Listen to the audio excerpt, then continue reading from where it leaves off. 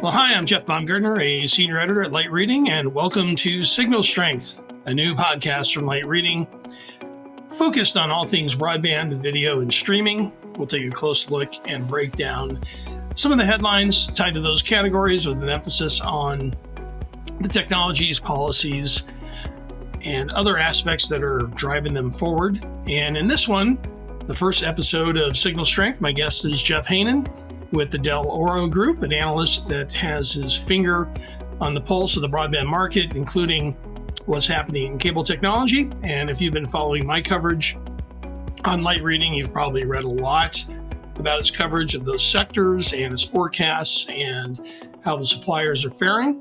So for this episode, Jeff and I covered a lot of ground, including some takeaways from the recent SCTE TechExpo in the nation's capital, what's next for DOCSIS, some of the competitive implications of Verizon's new fiber-focused agreement with Tillman and its Eaton fiber subsidiary, the future of CommScope's cable and ruckus businesses, and an attempt to read some of the tea leaves as we head deeper into the earnings season.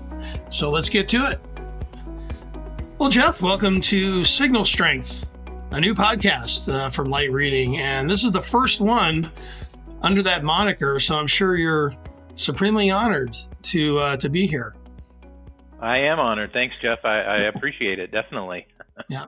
Well, it's good to see you. You know, we're going to be covering a lot of ground, including your thoughts, our thoughts, I guess, about the recent Tech Expo in Washington, D.C., what's next for DOCSIS, what's going on with CommScope, Verizon's new fiber deal, and then some reactions to, what we're seeing as we kind of get into the earnings season. We're kind of in that neck deep portion of it. So why don't we start with SCTE's Tech Expo, right? And that wrapped up in DC a few weeks ago. And, some of the news had to do was related to DOCSIS and extending spectrum into 3 gigahertz, 6 gigahertz. We'll talk about that. But, from the sidelines, I mean, what were some of your takeaways from the show? Well, yeah. And, unfortunately, having to miss the show, I've been kind of doing catch up with everybody afterwards on what their impressions of the show have been. And also thank you for filling in very well on some of those panels. I really appreciate that. Well, you just teed it up, so I just had to hit the ball off the tee and not miss it. So it worked out pretty well. Yeah, but appreciate that. It's good. We're kind of interchangeable, I guess, with our first name, so it's easy for the panelists to get adjusted to, right? So I think just at a high level, I think we're at this interesting phase of the broadband, right? I think we're moving away from just talking about bigger broadband, and now we're talking about how to have better broadband. And so I think that was really one of the bigger themes at a high level that came across to me, and especially when you're talking the context of adding machine learning and AI into amplifiers and other outside plant equipment, which we've never really considered before. Keep pushing that intelligence further and closer to end subscribers, so that whatever application or use case comes down the road, the networks can certainly handle it. But also, considering that we don't know where AI and how much impact that's going to have, but what we do know is that residential subscribers are using it in a growing amount. The token numbers are increasing. Interactions with the chatbots are increasing. And so what that means is the experience is very latency sensitive and also very jitter sensitive. So improving those metrics and also improving just the overall reliability, that came across as a very important theme across a lot of the presentations, a lot of the keynote discussions. And I think the time is right for that, because we're not in this phase of one-upping each other in terms of service providers, how much bandwidth you can provide. It's really how much reliability and what's the experience you're providing to that customer. that's the most important piece now. Yeah, it feels like that's kind of also happening as you see a lot more competition. Like speeds and feeds are just kind of like the table stakes, and in addition to reliability and things like that, we are seeing, just even on the marketing side, which isn't really an expo thing, but the adjustments to the pricing and the packaging, and Comcast's new packaging. We'll talk about it later to kind of make it easier to do business with us. And Verizon pretty much echoed that with the new CEO. Like, it was almost like, oh yeah, where have I heard that before? So they're all totally, all kind of locked in on that. But at the same time, I think the network upgrades are going on, and that does have something to do with speeds and feeds, and kind of like the other sort of big thing that came out of the show was like, hey, what's the next chapter for DOCSIS? Mm-hmm. And yeah, they talked about this 3 gigahertz option. They're calling it 4.0 optional annex. We like, not the best branding when DOCSIS 4.0 plus is right there. But anyway, and then 6 gigahertz as another idea, but that's not, they haven't really given that a name yet. But the general idea is to really push HFC and DOCSIS to like 25 gigabits per second with 3 gigahertz, and doubling that with 6 gigahertz. At the show, I had some side conversations, and I think we've talked about it a little bit, but they didn't really talk about the some of the technical and operational challenges that you'd face as an operator elevating the spectrum up there. And so I was wondering if you want to talk a little bit about some of those things that the cable engineers are going to need to resolve, like power and amplifier spacing, and other challenges that they have by raising the spectrum up there. Oh, definitely. I think the show obviously is one where it's always imperative to demonstrate the longevity and the future of the HFC plant, and continuing to maximize the footprint that cable operators have. That's always an important demonstration to have at these shows. But of course, behind the scenes, the engineering work to make that happen, especially pushing the outside plant spectrum to 3 gigahertz and further to 6 gigahertz. There's an enormous amount of work that will have to be done, like you said, in terms of amplifier spacing, figuring out what the ideal spacing is, as well as how to update the powering and the inserters, and also all of the passives to be able to make that happen. The interesting thing, I think, and what you can take away from all that hard work is that it's an active plant, and this message that the cable operators and the vendors keep pushing is the fact that having an active plant and a powered plant is a big differentiator. Maybe, from an operational perspective, relative to PON and telco fiber networks, it costs more to continue to power.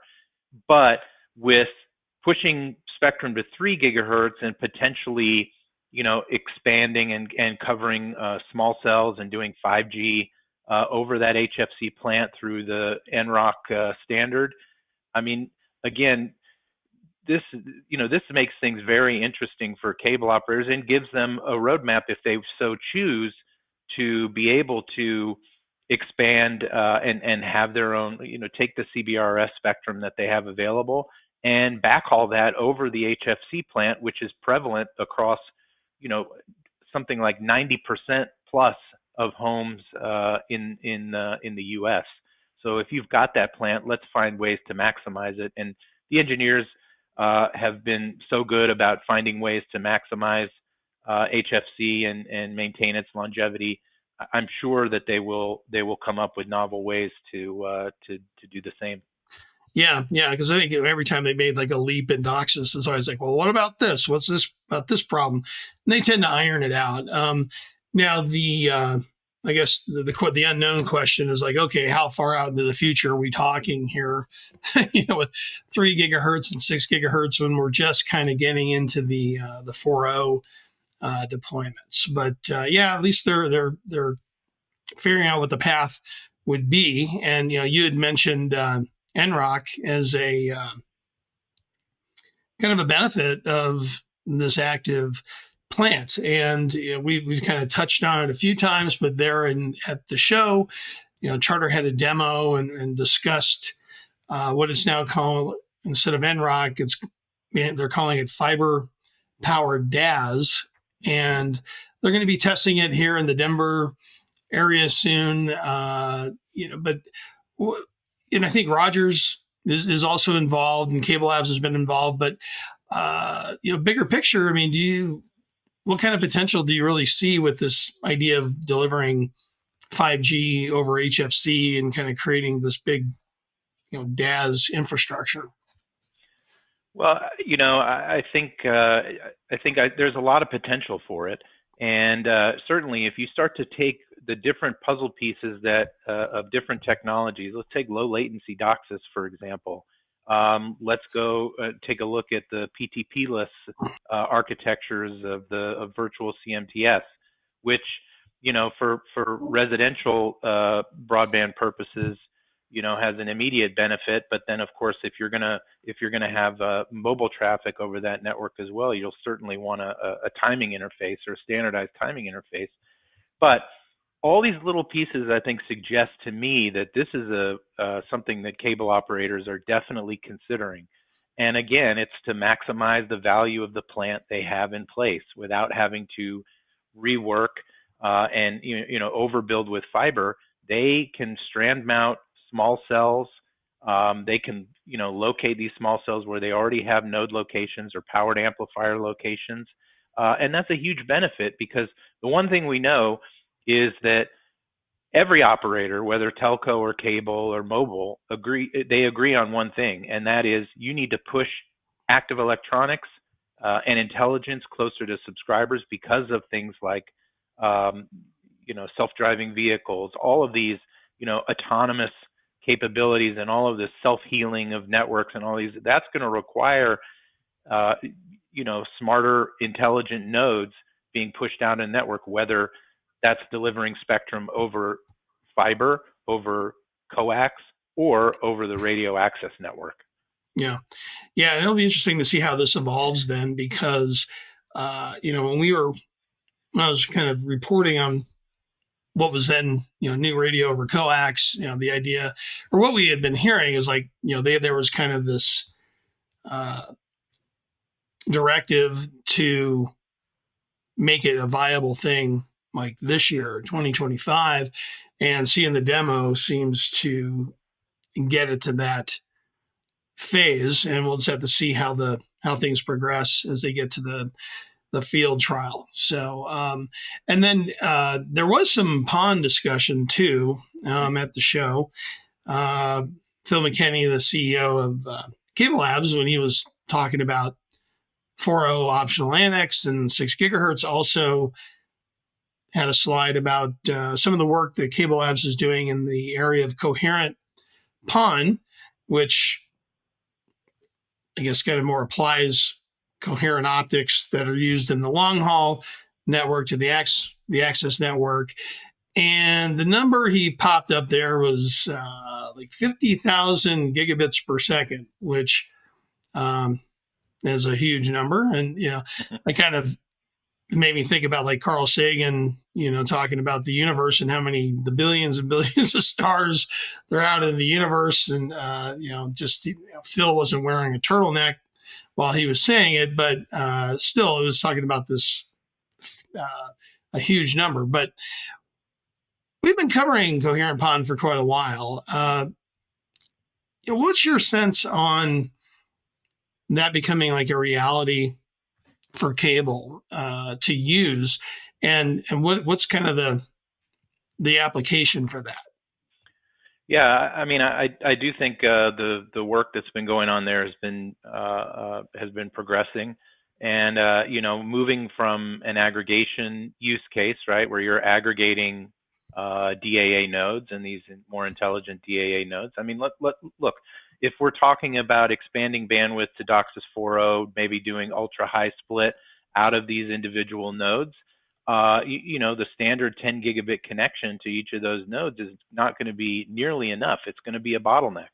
So let's start with the understanding that cables or cable operators have limited fiber out to those node locations. How do we maximize, the number of wavelengths that we can put over those existing fiber strands? And coherent gives you a very elegant solution. It might be an expensive solution right now, but that's a step in the direction of where you're pushing those wavelengths as an aggregation technology. And then as that evolves, then you're extending it further to those locations, maybe where you have business parks or campus environments, certainly to deliver that bandwidth on the access side as well.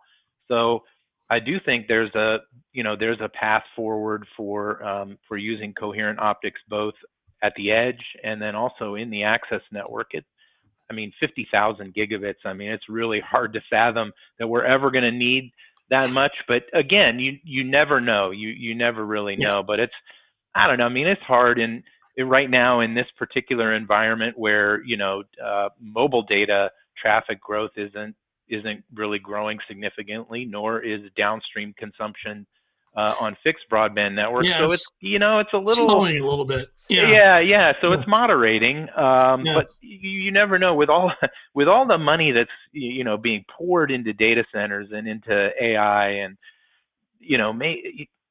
maybe there's something that a use case that drives the need for that kind of bandwidth in the long-term future. But again, this goes back to my original point. I think maybe that the focus should have been on the better broadband aspect. Like what is cable doing? Like what is available right now in terms of technologies to make it the most reliable network? Because I think that's what customers really want. And in the cable space right now, that's the challenge that has to be solved, is how do we stop losing broadband customers? Like what are we doing? Some of that's a marketing issue, and some of it is a technology perception issue. Well, how do you eliminate that? And so that you're back adding subscribers again and not losing them to what they deem inferior technologies like FWA. Right. Yeah.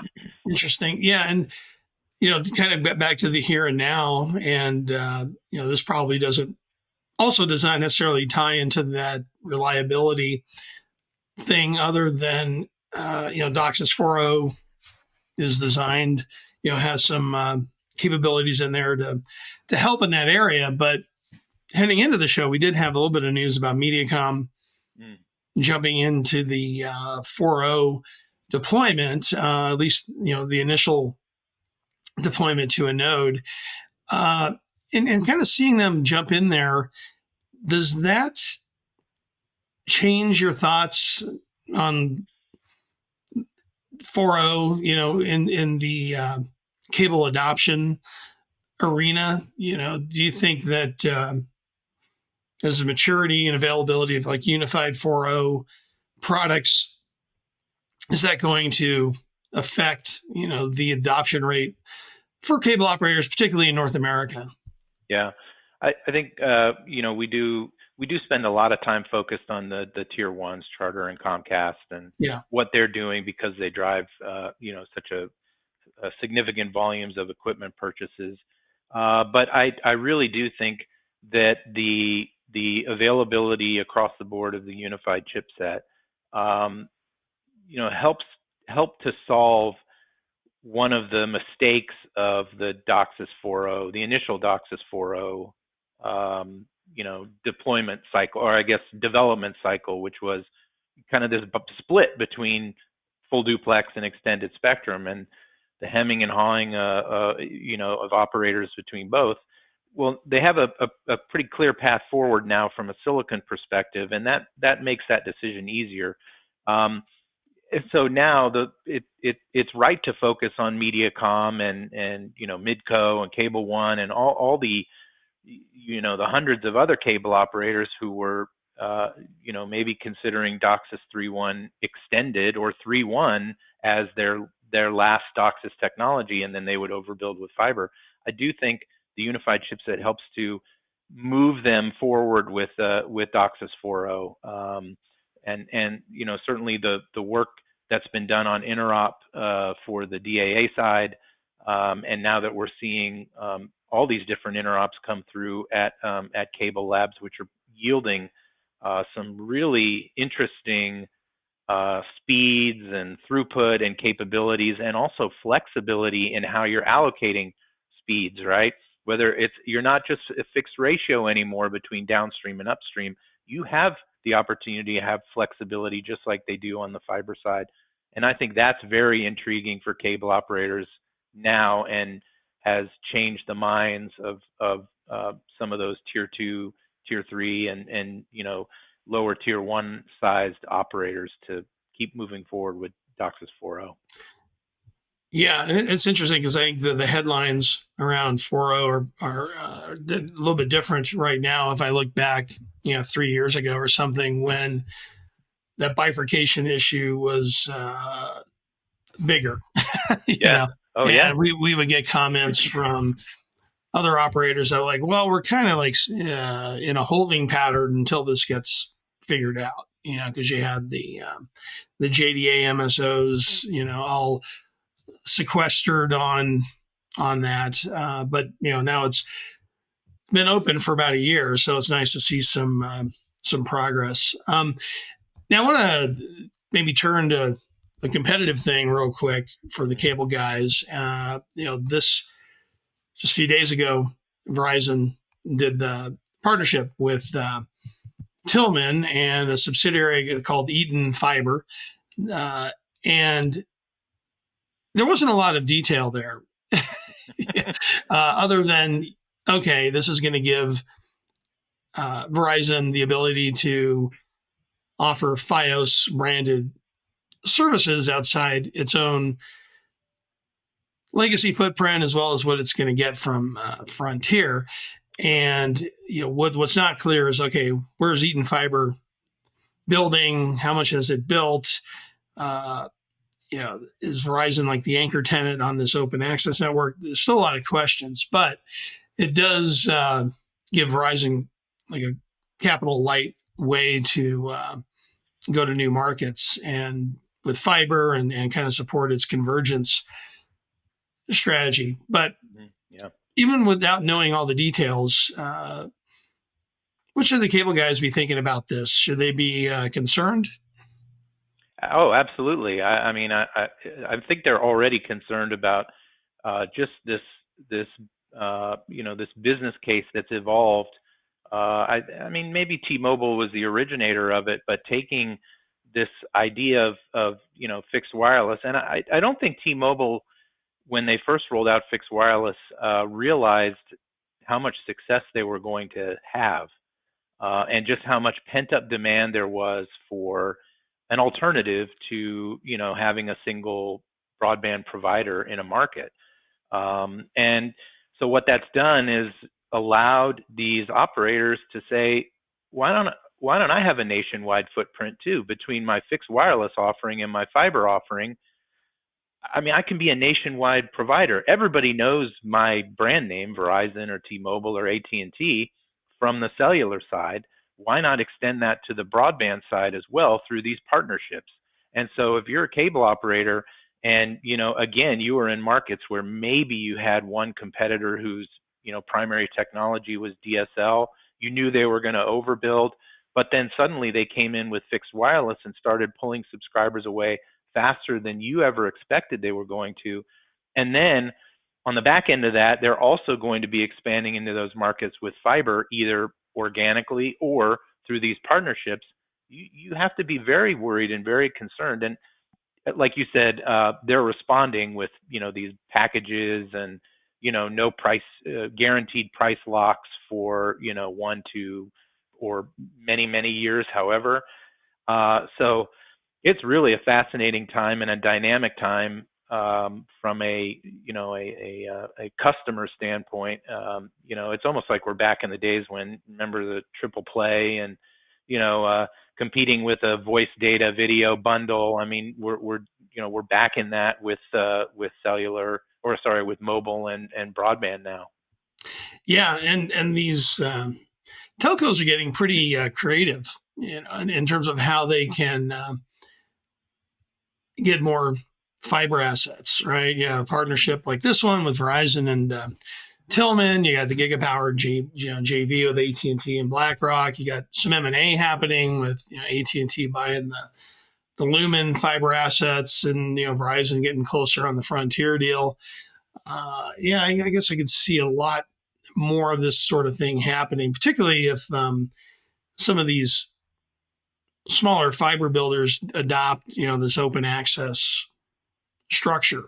I think they would love to have an anchor tenant of a brand, a well-known brand like AT&T and Verizon, to be involved. I mean, that can only help them versus some name nobody's heard of. And I think from an anchor, when we talk about anchor tenants for these open access providers, I think they want multiple anchor tenants. I don't think they want to just have one. I think from a business case perspective, it makes more sense financially for them to have a minimum of two.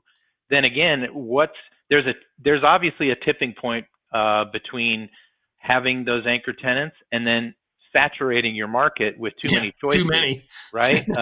So that one of those anchor tenants, decides to back out. There's too much pie to share. Exactly right. So I mean, and there are definitely cases of that now. We see this in the UK, right, where the fiber overbuilders went crazy, and now a number of them are starting to declare bankruptcy because they can't achieve take rates to achieve sustainability in those businesses. And we will reach those markets here in the U.S. As well, and that's why. I think the future here in the U.S. is additional consolidation, whether that's on the cable side or on the telco fiber side as well. Just to, you want to be able to maximize the number of services you can sell to an individual customer, and then you multiply that by an addressable market of total customers. That's how you're going to have a successful business in the long term, and I think they all realize that. Yeah, I'm just waiting for the day when we see a cable operator jump in and buy some like pure play fiber asset. We'll see. I mean, there's some potential out there, but we'll have to see what kind of appetite they'd have for that versus building like they've been doing.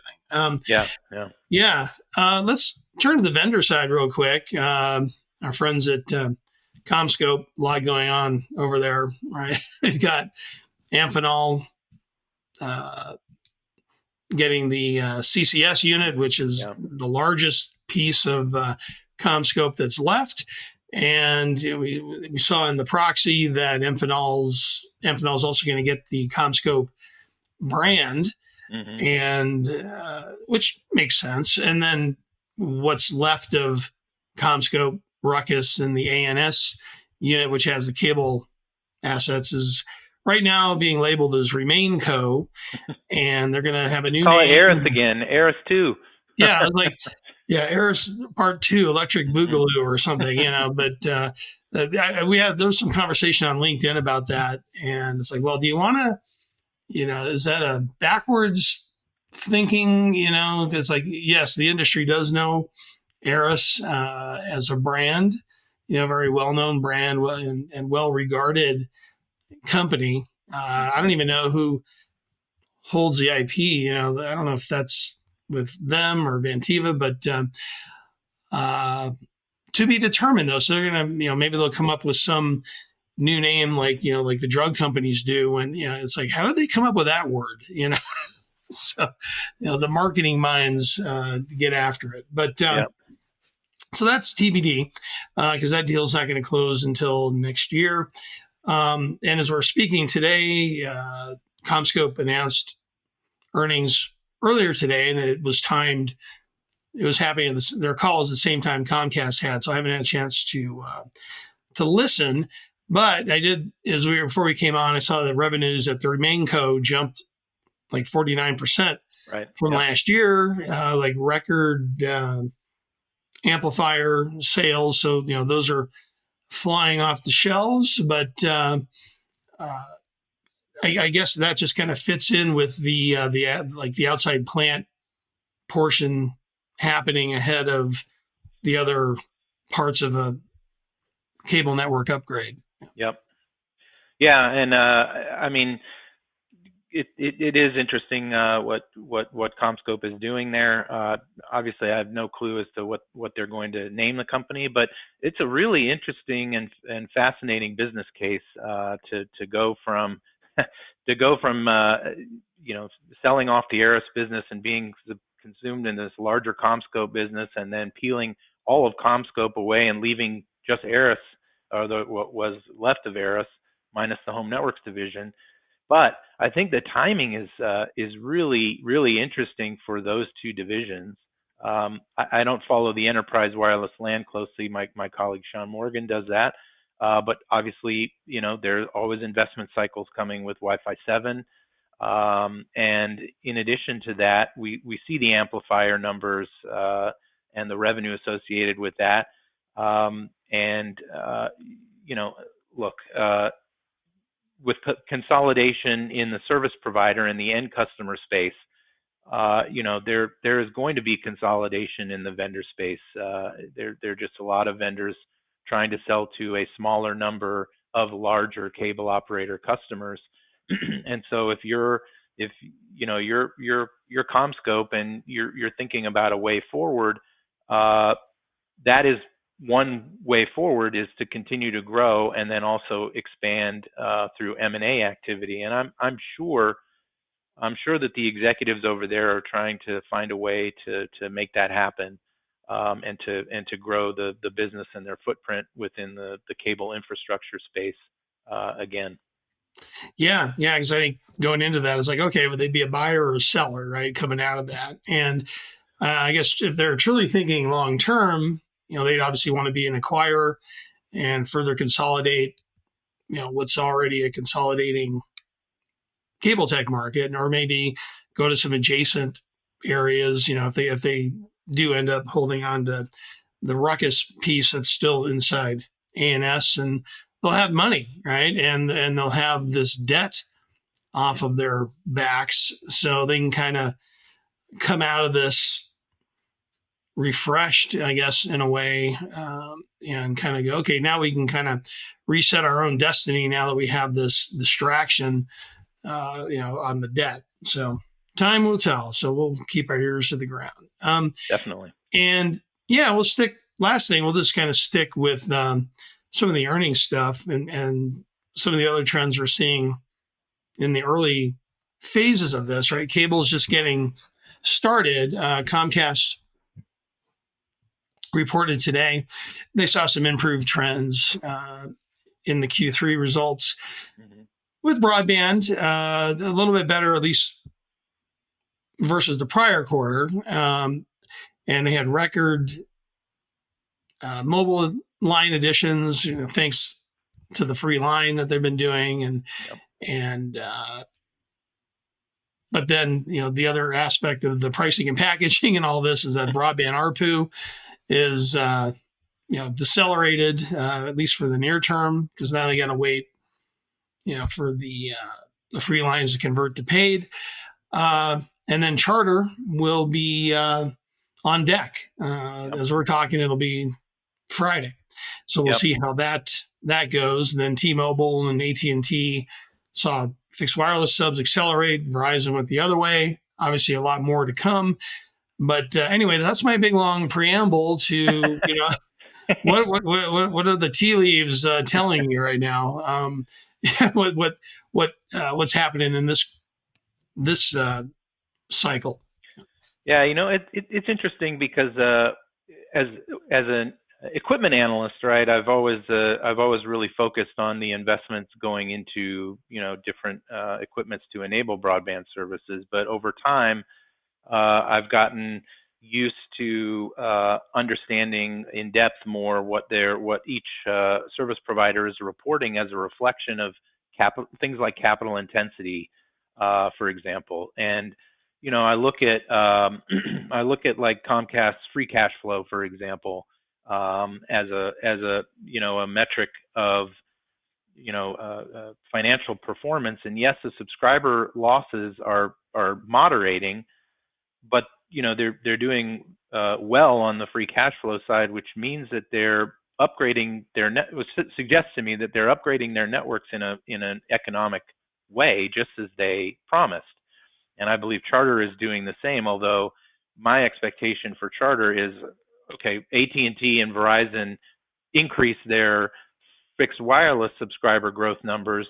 Comcast was able to moderate and slow the loss of their broadband subscribers. Somebody is losing more subscribers, right? That pie didn't get a lot bigger, right, with new housing starts and all of that. And my concern is that Charter is going to have a tough third quarter when they make their announcement here when it comes to broadband subscribers. But it certainly is an interesting time. And it suggests that the path forward for those two big cable operators is to continue to upgrade their networks judiciously and economically, using that HFC plant and sticking to their plans. And then on the marketing side, continuing to make it easier for customers to switch over or expand the number of services via mobile that they buy from those operators. Yeah, and also to expand, right? I was looking at the Comcast line extension CapEx number is way up. But of course, and Charter's been doing the same. I think that obviously gives you more opportunity, but it takes time. You're right. Return. Yeah. And sorry to interrupt, but you make a really good point there. We haven't even, they both, especially Comcast, were very active in the benefit of the bargain round of BEAD. Mm-hmm. So that line extension capital is also going to increase once those projects get ramped up as well. And I can't remember, Comcast is going to pass something like 130,000 locations now, additional locations, obviously subsidized. So Charter did kind of the same thing with RDOF. So it makes sense for them to want to expand both organically and through M&A. Yeah, you're right. And Comcast has been somewhat aggressive with BEAD. Maybe more than I would have thought. Their name came up a lot. So okay, definitely, yeah. Great. Well, that was really good, Jeff. Thanks. Really appreciate having you on the podcast. I know we covered a ton of ground, but hope we get a check in every once in a while and kind of do wrap ups like this in the weeks and months to come. That'd be awesome. And thank you for having me as your inaugural guest. Of course. We'll see you next time. Sounds good. Thanks. Thanks.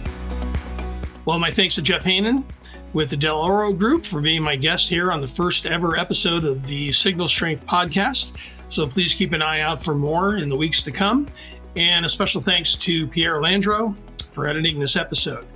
And be sure to subscribe to the Light Reading Podcast for future episodes of the Signal Strength podcast and other podcasts and interviews from the Light Reading team. So thanks for catching this episode. We'll see you next time.